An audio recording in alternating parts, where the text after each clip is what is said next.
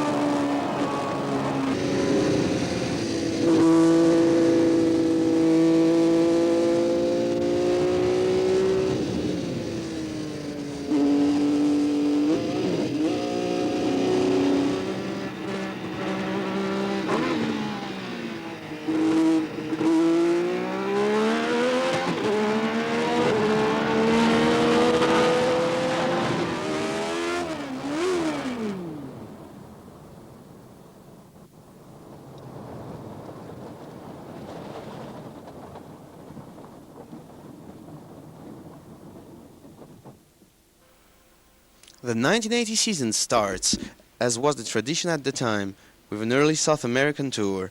As early as the first fortnight in January, they set off in the direction of Buenos Aires for the Argentinian Grand Prix. And whichever way you looked at it, Formula One seemed to be in a hot spot.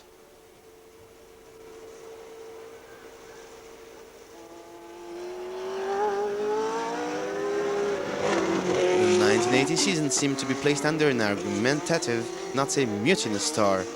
In Argentina, the drivers protested about the state of the track, and not without reason. They were so furious that they threatened to strike, but because of a lack of unanimity, their resolution failed when faced with the rigid attitude of the organizers and the stable bosses. They are paid and well paid. They have got to drive, declared Bernie Ecclestone, the head of the Constructors Association. There are a few bitter memories.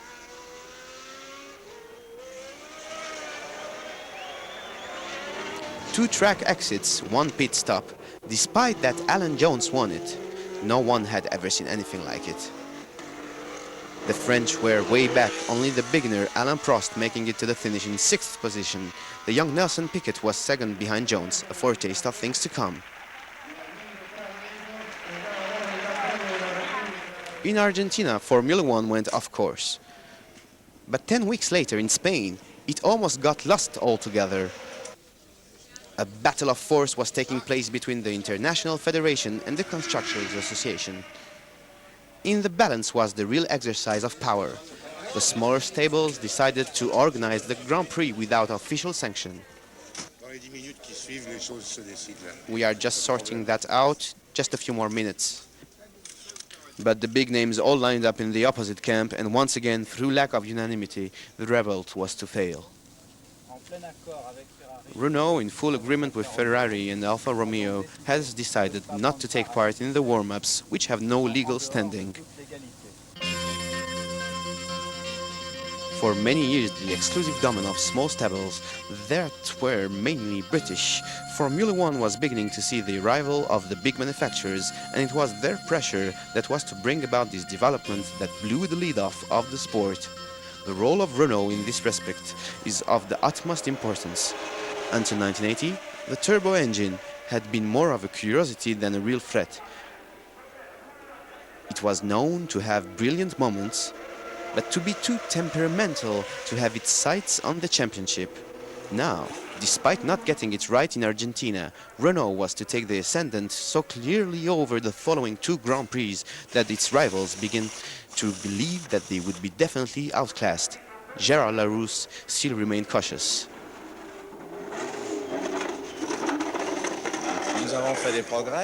We have made progress, but we do yet have the reliability of a team like Williams, for example. Our car does not yet make our job any easier as it is using a new technique, and we are principally taking on the Ford engine, which is a bit simpler. We are using an engine that has been specifically designed to race, and we have to deal with all the problems ourselves. De notre côté, nous utilisons un moteur qui est tout à fait spécifique et bien entendu nous essuyons nous-mêmes tous les problèmes. The warm-ups for the Brazilian Grand Prix were fought out in a carnival atmosphere under the watchful eyes of Bernard Hinault, the director of Renault cars. Jabouille dominated them. Villeneuve's Ferrari was up there between the Jabouille's yellow car and Pironi's blue one. But it was only a flash in the pan, and the only time during the season that a Ferrari was to stick its nose out. World champion in 1979, Ferrari was reduced to the part of bit player in 1980. Things changed fast in Formula One.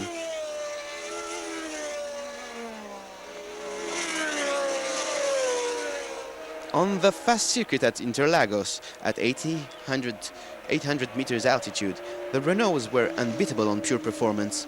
Only the Ligiers were able to keep up with them thanks to their remarkable road holding. Jabouille was leading, but Laffite remained menacing, until a minor ignition fault pulled him up. Third, Arnoux was fighting it out with De Angelis Lotus. But a little after halfway through the race, when the Renault double was in sight, Jabouille was the victim of a turbo breakdown, which meant that he had to abandon. Arnoux, though, had no problems and having worn down De Angelis' resistance, went on to the first Formula One win of his career.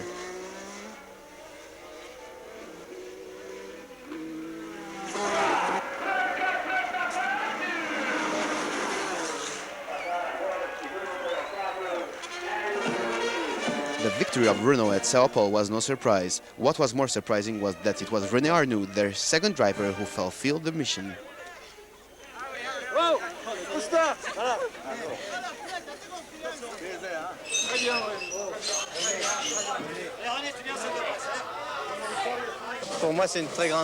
It is a great pleasure for me to have won, especially here, because it is a very difficult circuit.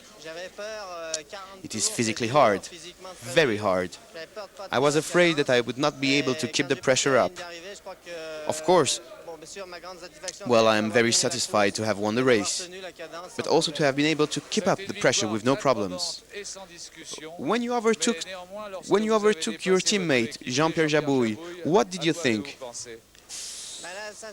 Well, honestly, I was really disappointed. On Thursday, we had big problems. We were 4 seconds behind the others, and Jean-Pierre found some excellent adjustments to make the car competitive. He really deserved to win, but that's racing.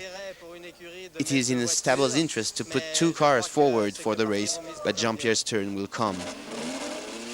The next Grand Prix was in South Africa, on a circuit that was even more favorable to the turbo. The fact is that at 1,800 meters altitude, atmospheric engines get a bit breathless, whilst the turbo is hardly affected by the lack of oxygen.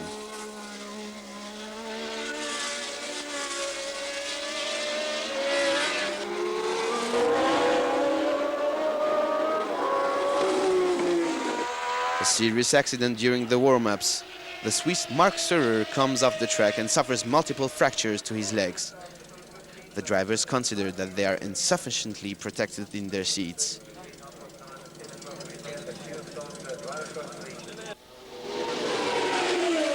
The Renaults, for their part, dominate the warm-ups, and there was never any doubt about the color of the front row.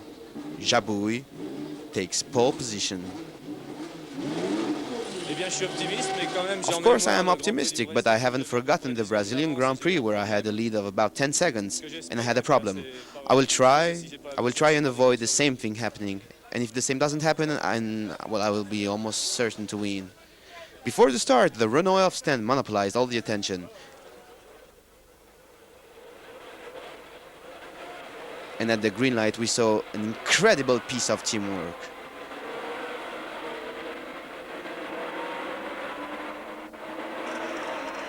In the middle, between Jabouille and Jones, Arnoux leads the pack.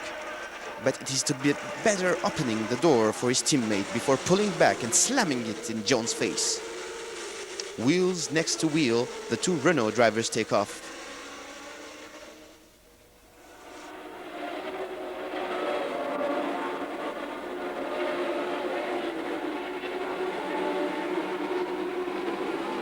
Very quickly, the gap in front of Laffite and Jones gets bigger.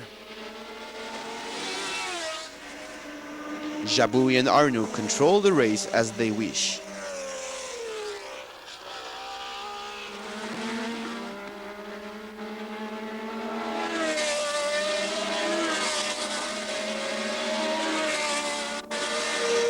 Three-quarters of the way through the race, it seems to be all over and the double seems certain.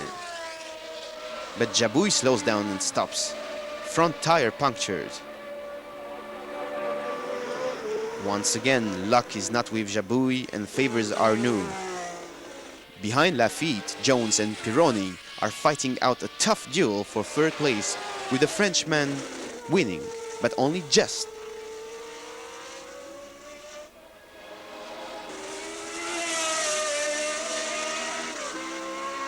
That was close. Arnoux and Laffite Pironi, the South African Grand Prix turns into triumphant and historic triple for French car racing. Arnoux takes the lead in the World Championship ranking. The president of the French Federation is delighted.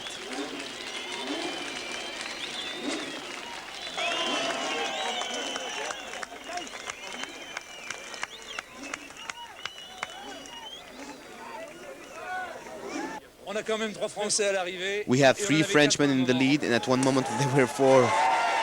Problem though, the situation gets tense at Renault, where Jabouille, the designated #1 driver, feels that his status is compromised by the success of his teammate. I was almost certain of winning here, but 20 laps from the finish, a puncture ruined my hopes. I hope to be able to catch up because this is only the third race of the season, but this is going to be a tough season for me. 18 points on the championship table, so how do you see the future now? I think that I'm going to have to continue to work very hard, because in Formula One you can never stop. We are going to start a much more difficult period for us, with Monaco, Jarama and Long Beach. But we have progressed on those circuits too. I don't think that we will be able to win, but mark a few points. Why not? But the situation on the ground is not necessarily a reflection of the forces present. For when Renault, for example, arrived at Long Beach for the West United States Grand Prix, one might have thought that they have in fact already used all their jokers. Bernard, in any case, would remember the year of 1980, where he was able to catch a glimpse of winning the world title. Renault repeated in more or less the same way, the same scenario as Ligier the year before, by doing really well at the start and then keeping the maddest dreams running. Was the state company going to succeed this time where Ligier had failed? In 1980, it was only my second year at that level of competition. Maybe I didn't dare to say things as it should be. I should have said, maybe we have some problems and it's not the first time. Let's try to eradicate those problems. But, well, in fact, I don't have real regrets because it was like that. I was in a better position than Jabouille. And it was not so easy inside the team because Jean-Pierre was the leader. Well, motor racing, it's not like, you know, tennis or where the players have the same balls or the same shoes. We can have some failures and we always have to analyze it and work. At the beginning, I was a mechanic, you know.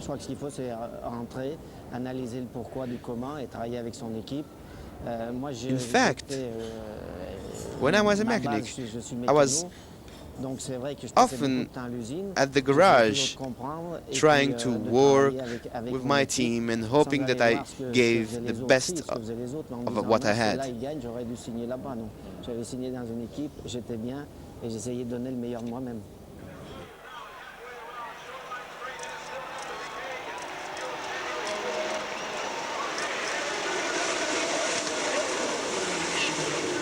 Nelson Piquet took pole position in the Long Beach Grand Prix. He was the only driver to use hard rubber wheels, which normally have a lower performance. In fact, his choice proved correct and the Brazilian went on to his first Grand Prix success.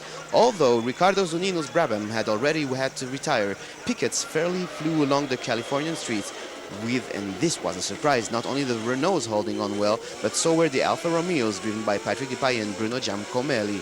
During this Grand Prix, there was a serious accident. Clay Regazzoni, who had given the Williams team its first Grand Prix victory the year before and who was now driving for Ensign, suddenly found himself without brakes right in the middle of the straight. The force of the shock against the wall was terrible and Regazzoni was lifted clear with a cervical lesion that was to leave him permanently paralyzed.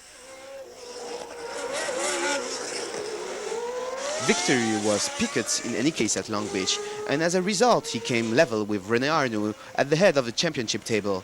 That year, without counting the Spanish Grand Prix where the result was declared null, there were only 14 Grand Prix on the program and only the 5 best results from each half of the season were taken into account. So it was important to mark points efficiently and regularly. At the same moment, Piquet was the only person alongside Pironi to have marked points 3 times in the 4 Grand Prix that had already taken place. We find the same Pironi at Zolder for the first European Grand Prix, which took place in Belgium. A Grand Prix that marked the entry into the rulebook of new rule concerning tires. On Goodyear's initiative, qualification tires were banned. All competitors had to use the same tires for the warm-ups and for the race itself. But the system did not last because Michelin rejected it after Monaco. Ligier still thought that they could do it and the team showed promising regularity for the rest of the season. The JS11 from 1979 was renamed the JS11-15 and was the subject of a series of modifications that were essentially aerodynamic. Alongside Jacques Lafitte, Didier Pironi replaced Patrick Depailler and Jackie Ickx. Pironi was a hungry young wolf who was very determined, solid and with a lot of stamina and whose first Grand Prix win, as was the case for Arnoux and Piquet, took its time in coming. Alan Jones took pole position, but right from the start Pironi managed to surprise him. He has just done the most difficult bit.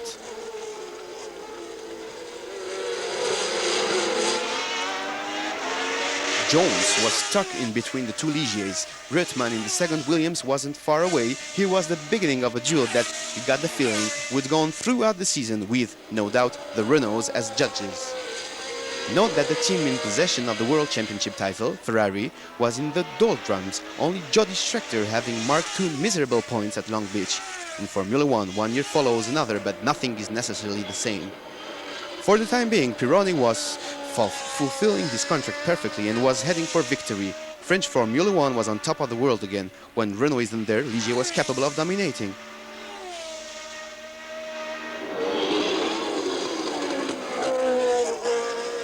The gaps were increasing and everyone was hanging on to their position. Pironi, Jones, Lafitte.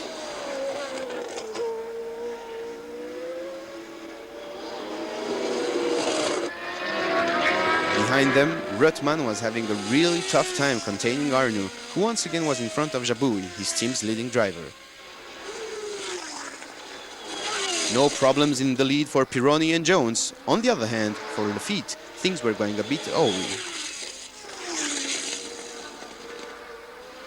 The Frenchman had to go into the pits to purge his brakes, so he instantly lost any chance of marking precious points.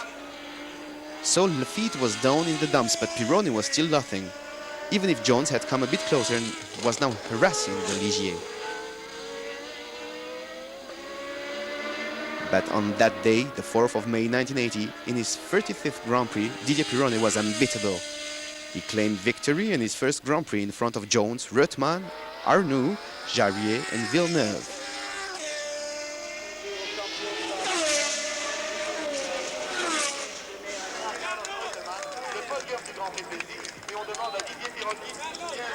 Was this that famous clique so often talked about in Formula 1? What is certain is that while he was at it, Pironi took pole position at Monaco. The sixth competition of the season, Ligier definitely had things going their way and Pironi seemed to grow wings.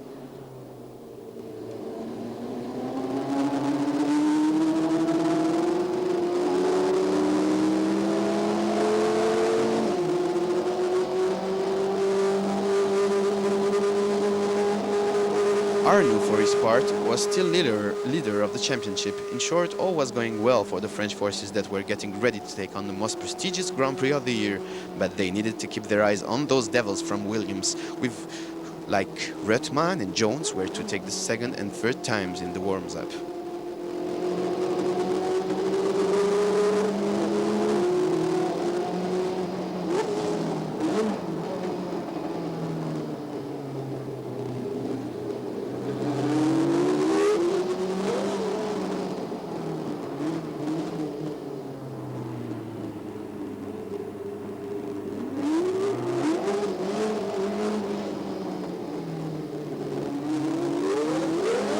For René Arnoux, though, Monaco looked as though it is going to be a difficult competition because at Renault they realized that the turbo would not have the advantage on the streets of the Principality.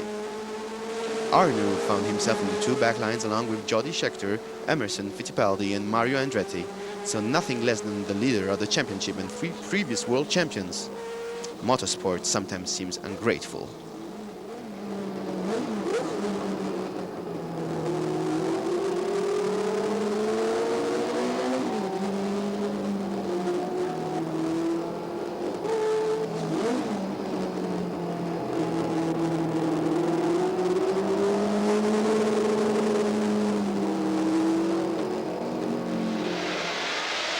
The start of the 1980 Monaco Grand Prix will remain in everyone's memory because of the terrifying somersault by Derek Daly and his Tyrrell, which took off over the pack of cars. At least 4 drivers were taken out of the running, including Prost and Jarier. In front, Pironi succeeded where it was important he should not fail in his start, so he led in front of Jones, Reutemann, Lafitte, Patrick Depailler, who certainly remembered winning here in 1978, and Nelson Piquet. So the 2 Ligiers and the 2 Williams were out in front as they were in Belgium a fortnight before.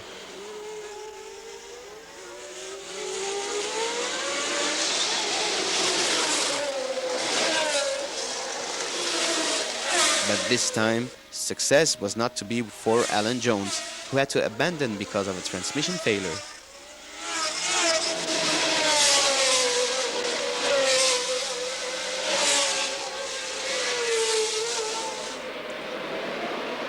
For Pironi, appearances were misleading. Handicapped by a third gear that jumped almost from the start, he also had to deal with the rain that was falling intermittently on some parts of the circuit. On the 55th lap, Pironi didn't come round again, he had come off level with the Casino.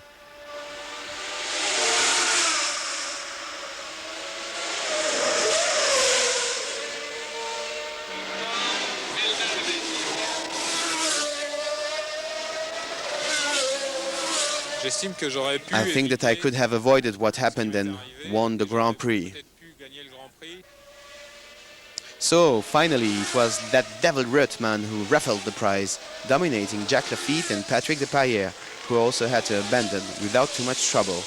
At Ligier, they were obviously shaken. You know, when you give 100% throughout the whole race, you might have a tiny lack of concentration which can lead to a small error, and that small mistake can have big repercussions. Ce petit problème engendre une petite erreur qui est de grosses répercussions.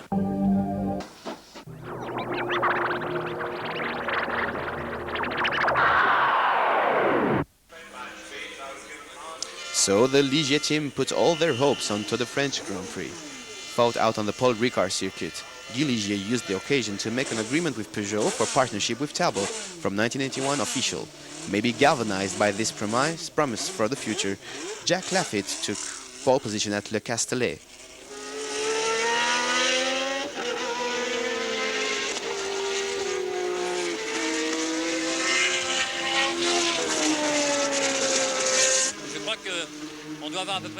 Didier is complaining of a slight understeer.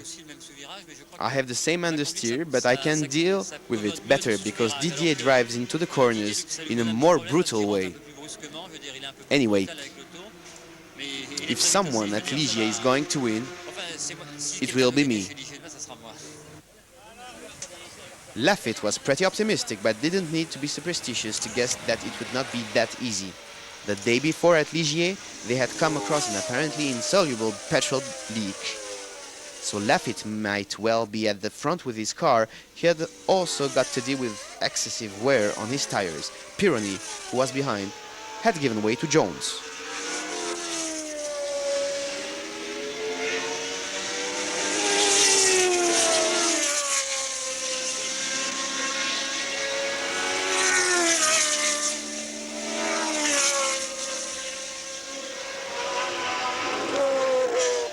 Little by little, the Australian reduced the gap behind Laffite, and the outcome seemed to be unavoidable. The Williams used 15-inch wheel rims instead of 13s. Ligier, who had tried these new rims, were criticized for having rejected them too quickly. 20 laps before the finish, Jones managed it and got past and headed for his second victory of the year, and as a result took the lead in the championship. The first half of the season was coming too close, and the numbers didn't lie. Jones led with 28 points, in front of Piquet with 25, then Pironi and Arnoux level on 23.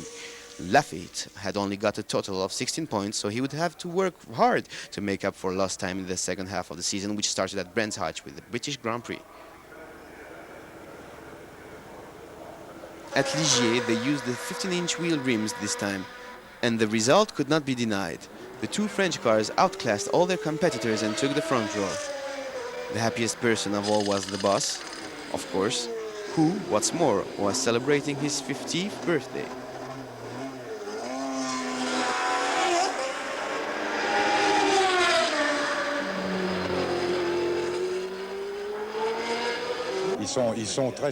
They've been really nice and didn't say anything about it.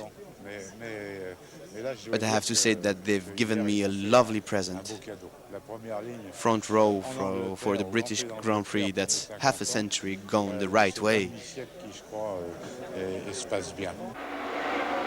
Unfortunately for Guy Ligier, the story does not continue in the same vein. Just as they dominated the warm-ups, so they were disappointing in the race, and it was all the fault of those infamous wheel rims. The problem was that these new elements incorporated into the mechanics could not take the weight transmitted by the supports and deformed. Pironi and Laffite may well have dominated the early part of the race, but they were only putting off the inevitable. Behind them, Jones and Piquet only had to wait for the right moment.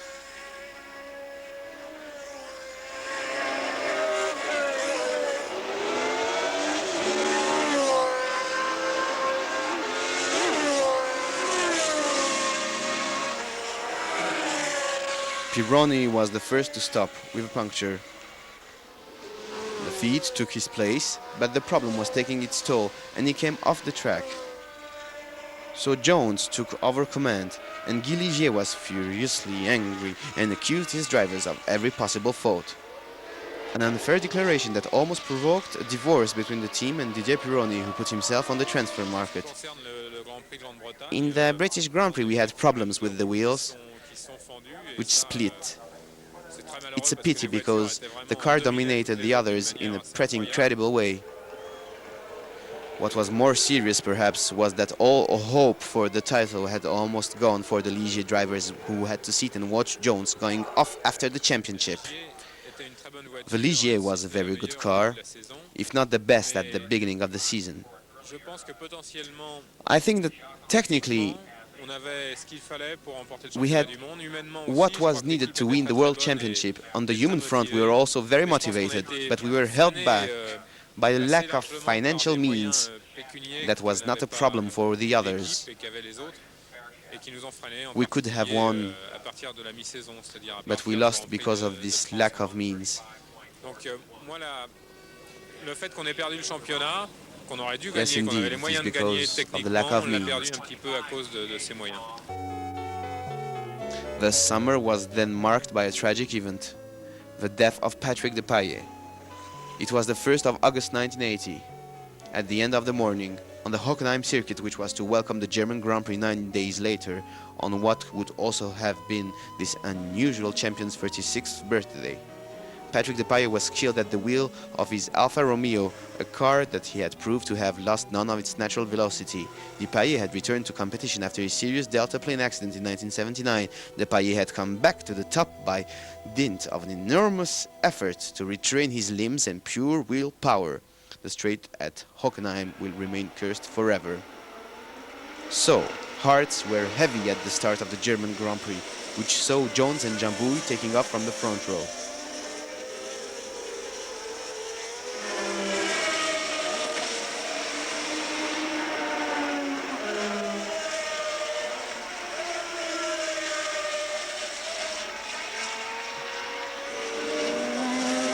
On this ultra-fast circuit, Renault was expected to come back to the forefront and Ligier returned to join the rest.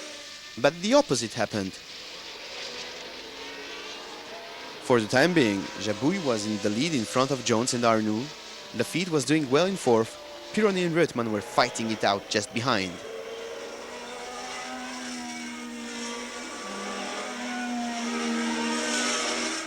The first surprise was Pironi abandoning on the 18th lap with a broken wheel support, which didn't bode well for Laffite, who was making the most of an extraordinary coincidence that saw the two Renaults abandon at the same time and for the same reason.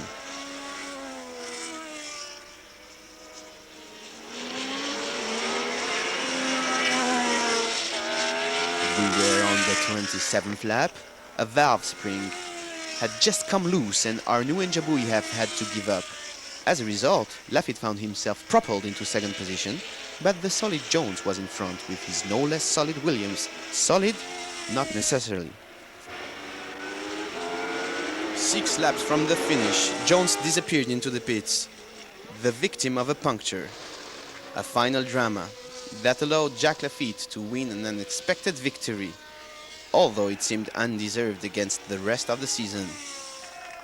Unfortunately, this was to be the swan song for the Ligier team, who, although they managed to hang on to second place in the Constructors' Championship, had hoped for better things. We missed the season, but because of technical reasons. For instance, we were good at Brands Hatch, but we broke our rims. At that time, we were not testing as much as today.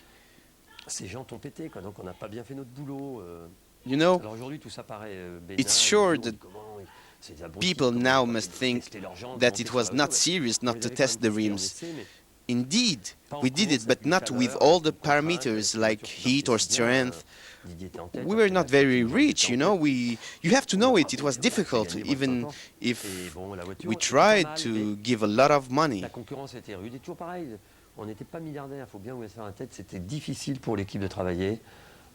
Financièrement, c'est dur. Guy donnait beaucoup d'argent en début de saison. He was giving a lot of money, but it was very hard. On préparait tout, puis à un moment donné, le robinet se resserrait un tout petit peu.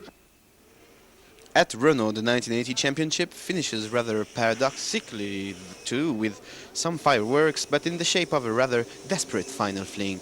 It took place in Austria, on the fastest circuit of the season, where Jambouille had every intention of doing what he had set out to do since the break between the 1979 and 1980 season, even if he was taken to be a dreamer. For me, in 1980, after the 1979 season, and with a terrific car, I was sure that I would become world champion. No problems indeed for the Renault boys at Zeltweg. They are both on front row. The Renault was, with no doubt, the fastest car of all this year, with 5 poles, only 3 for Ligier and Williams, 2 for Brabham, 1 for Alfa Romeo. But during the Grand Prix, it was not the same. The Williams made 6 times the fastest lap, 4 for Renault only.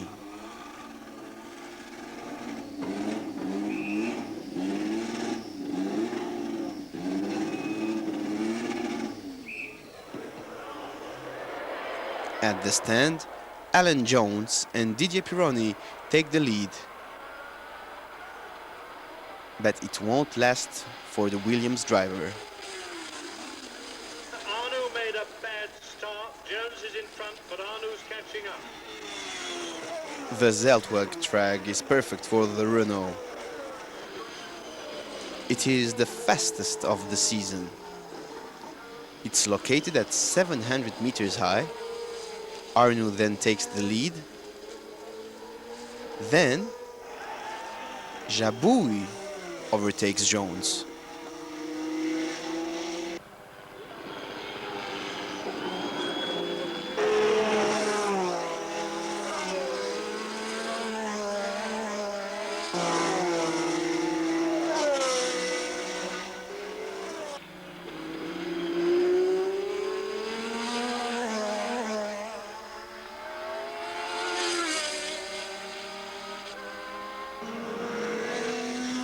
The Renault are flying. Jabouille seems faster than Arnoux, but Arnoux is now the leader of the team, and if he wins, he can still be world champion.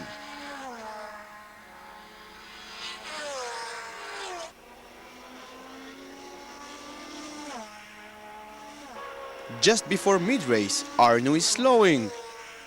The problem comes from the tires, and Arnoux will have to stop 3 times.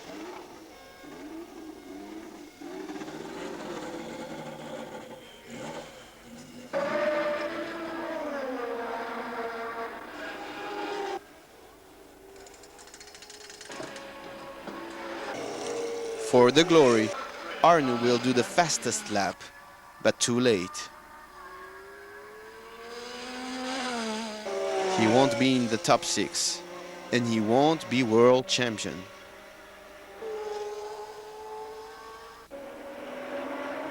Jabouille is leading, but will he win? His tires are supposed to be less resistant than for Arnoux.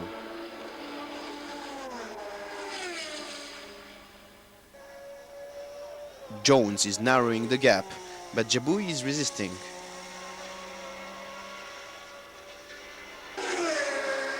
Finally, Jabouille wins, but what a suspense at the end.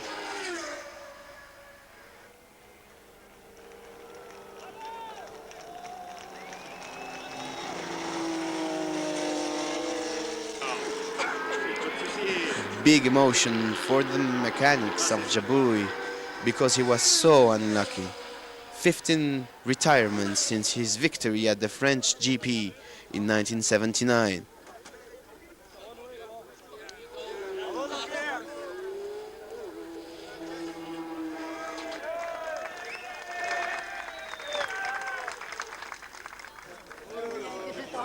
Tu m'as fait pleurer. J'ai pas vu qu'il tire. C'était dur, très très bien.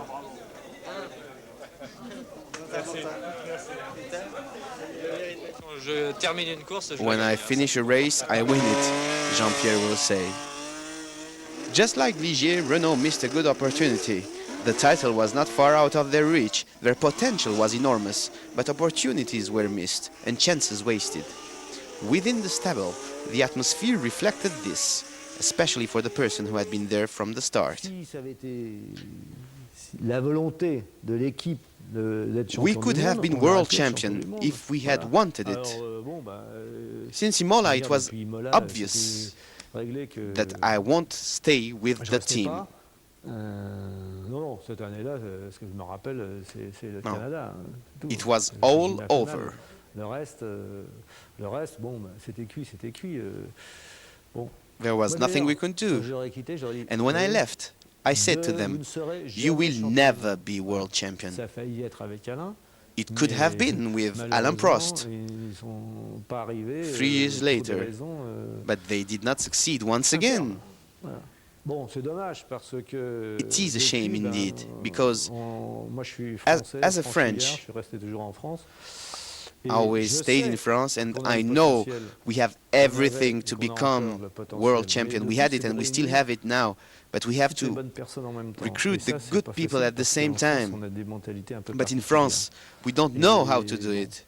c'est- On croit que. In France, it's en France, more c'est plus sur le copinage, que sur la friendship than performance, voilà. Le jour où competency. on aura compris que, avant tout, si on veut réussir, Even dans if une one difficile, guy c'est même si is le mec, il not a une sale gueule, good et que looking or is il est difficult pas- et c'est to un work gueulard et with, tout ça, mais s'il est you know, performant, only on his le prend. competency Et on travaille should avec des count. gens performants, only working with people who are good at their job, and not only pure friendship. And it's hard to say and hear, but it's the pure truth. René Arnoux, however, was to give Renault a last chance to shine a bit. We are at Zandvoort for the Dutch Grand Prix, and right from the first corner at Tarzan, the fight between Jones and the state-owned company's driver was ferocious. But the Australian made a mistake and distanced himself 3 laps behind the leaders, who were fighting it out furiously.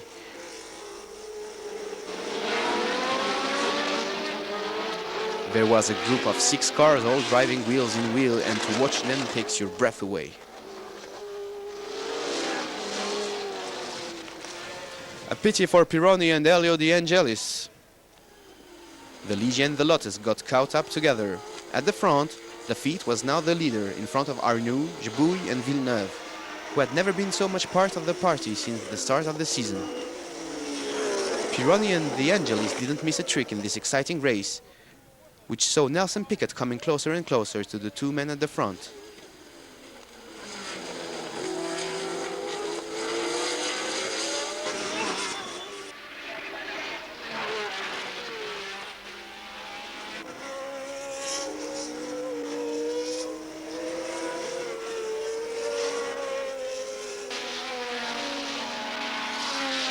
Soon afterwards, he showed everyone how it should be done and took control of the race, where he remained.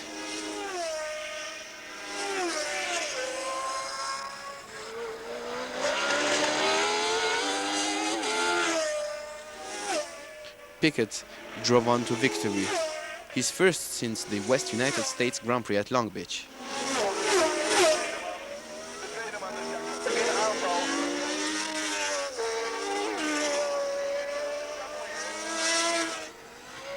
In the World Championship, the Brazilian was now the only contender to take the title alongside Alan Jones. He was only 2 points behind, so it was not yet in the bag for Jones, who had shown himself to be sensitive to pressure. Piquet, with his Brabham, had the lightest car in the field, which, according to several specialists, was the most efficient of them all.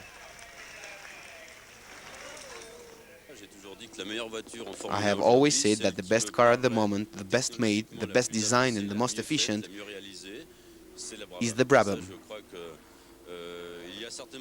Others agree with me, probably. A Brabham is beautiful to look at. I know that they have had problems, but they are only working with one driver. And I do really think that Nelson Piquet may not be world champion, but I have to say that the Brabham is a really good looking and seriously good car. Nelson Piquet not world champion? Don't anticipate anything, because before we set off for Italy, it seems quite legitimate to imagine that Jones was going to win the trophy. For the first time, the Italian Grand Prix did not take place in Monza, but at Imola, less than 100 kilometers from Maranello, the fief of Ferrari, which for the time being, had only marked a miserable 6 points in the championship. The 2 Renaults monopolized the front row, with Arnoux in pole position. Behind, using a maneuver that would not be allowed today, Reutemann was ready and waiting, made the most of the legendary push when the turbos went into action. However, the Argentinian missed a gear and the 2 Renaults kept their places, although Piquet was a danger right from the start.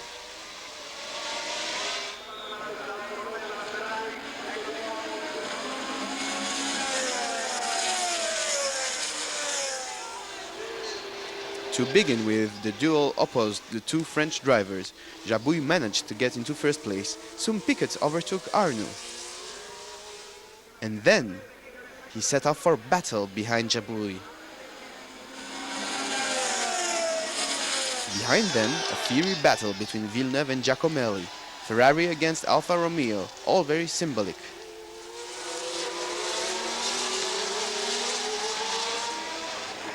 In front, Jabouille can do nothing and he, in his turn, has to let Piquet past.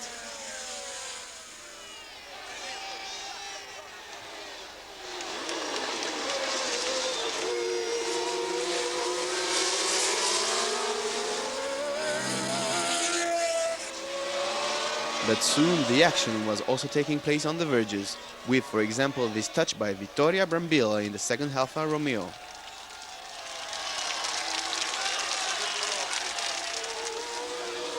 It was not the only one. One lap later, it was Gilles Villeneuve's turn to hit the side, this time much more seriously. A burst tire, and there was panic all over the place. Giacomelli went straight on, but was able to continue, a real Italian show.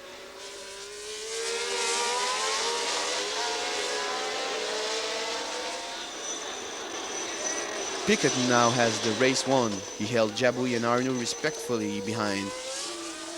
But Jabouille had to retire yet again. Oil leak in the end.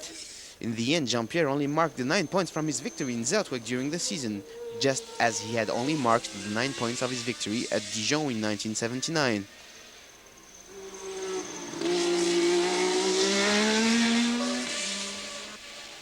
Piquet pockets his third victory of the season, like Jones, and went into the lead of the championship by one little point, even if everyone knew that the calculations would not be in his favor. In any case, it's off to Montreal for what is certain to be the final to the 1980 season.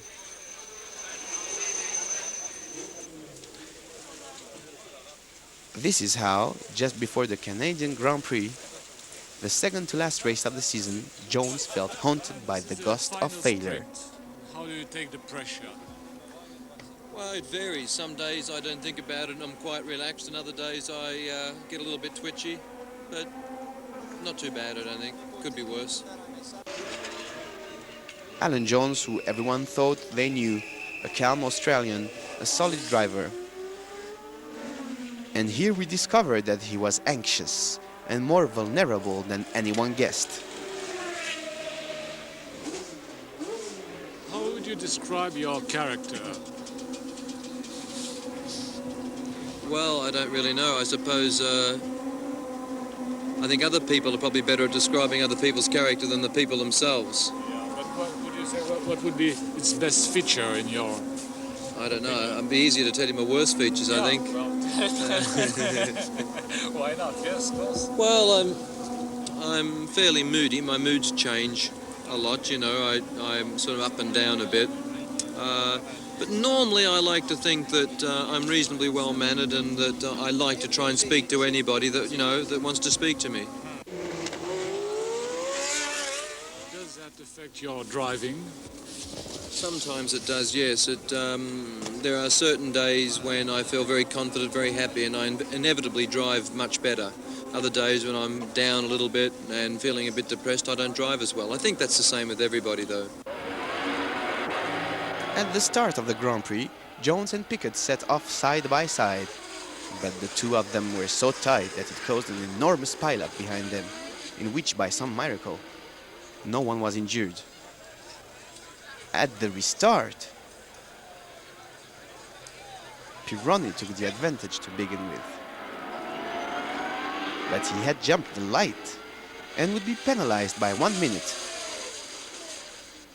Jones took the advantage first,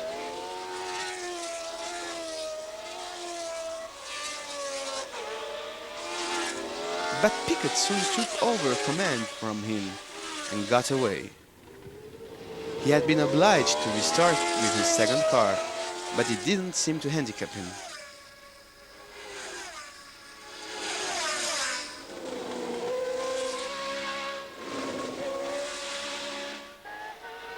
But the Piquet's irresistible advance was about to be stopped. His engine let him down. Jones took over first place in a rather undetermined way. It's true, but it was to be his only victory lacking in panache during the season. If Jones could win the race, the title was his. Nothing could threaten him, not even Pironi, even if it didn't look that way. Jones let him pass because he had been informed by his stand about the penalty imposed on the Frenchman. All he had to do was make it to the finish, and he could count on the reliability of his car, which was not the least of its qualities. In 75% of the races during the 1980 season, the Williams cars made it to the finish in the points, an exceptional success rate.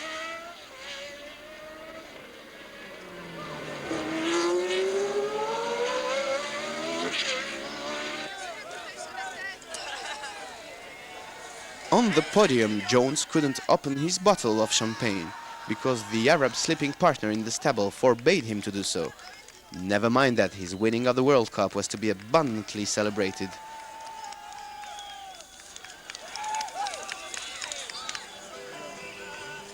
The last Grand Prix of the season, fought out at Watkins Glen in America, had nothing at stake and little interest. The new world champion was already thinking about his well-deserved holiday. I like my family life. I like in between races just to go and be a normal family man, and I like to do a little bit of business when I can. How do you select your friends? I don't think you can select friends. I think that you cultivate friends. I think that you meet people and then you know if you're going to strike a friendship with them or not, and you can tell whether it's going in the right direction. It's something that happens. In any case, Alan Jones has deep affection for his employer, Frank Williams, whose passion and professionalism he appreciates. Your fellow drivers? No, I haven't got any close friends as such, no. The relationship between Jones and Reutemann have always been correct, almost warm. Since you are racing for the title, do you think you became a different man or a different character at least? Maybe unintentionally ruder towards the press, a little bit maybe, because I've had more pressure on me by them, whereas it was easy to be nice to everybody. Now it's not so easy to be nice to everybody because I have more people wanting to speak to me, and I can't speak to everybody all the time, so sometimes I have to say no to some people. But apart from that, really not much different, I don't think. Jones also owed the title to the work of the whole team. And yet, Do you believe a good racing driver has to be selfish? Well, I think so. I think he has to be selfish and a little bit egotistical. Yeah, I think so. selfish, Jones? No doubt. But indeed not miserly in his efforts. As soon as the start was given, though, he braked too hard, came off the track and came back in 19th place, in the lead. Surprise, surprise! We find the Alfa Romeo that is in constant progression, with Bruno Giacomelli who was increasing his lead.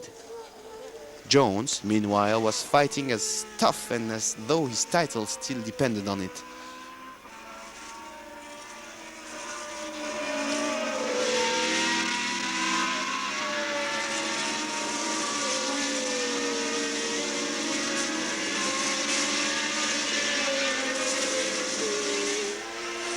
The domination of the Alfa Romeo came to an end mid-race, with a fault in the electrical system. Jones continued to climb back up. For the time being, he was still a long way off, but he was catching up fast.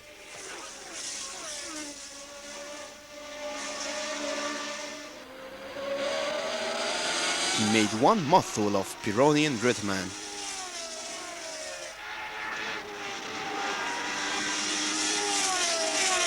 Compared to his teammate, the advantage was often given to the Australian. Even if Reutemann marked points 11 times against Jones' 10. The season finished as it started. Jones wins at the end of a race full of interesting developments in which he proved that he had the stuff of a champion. The figures are eloquent. 5 victories, and Williams took the Manufacturers' Cup. A totally justified triumph.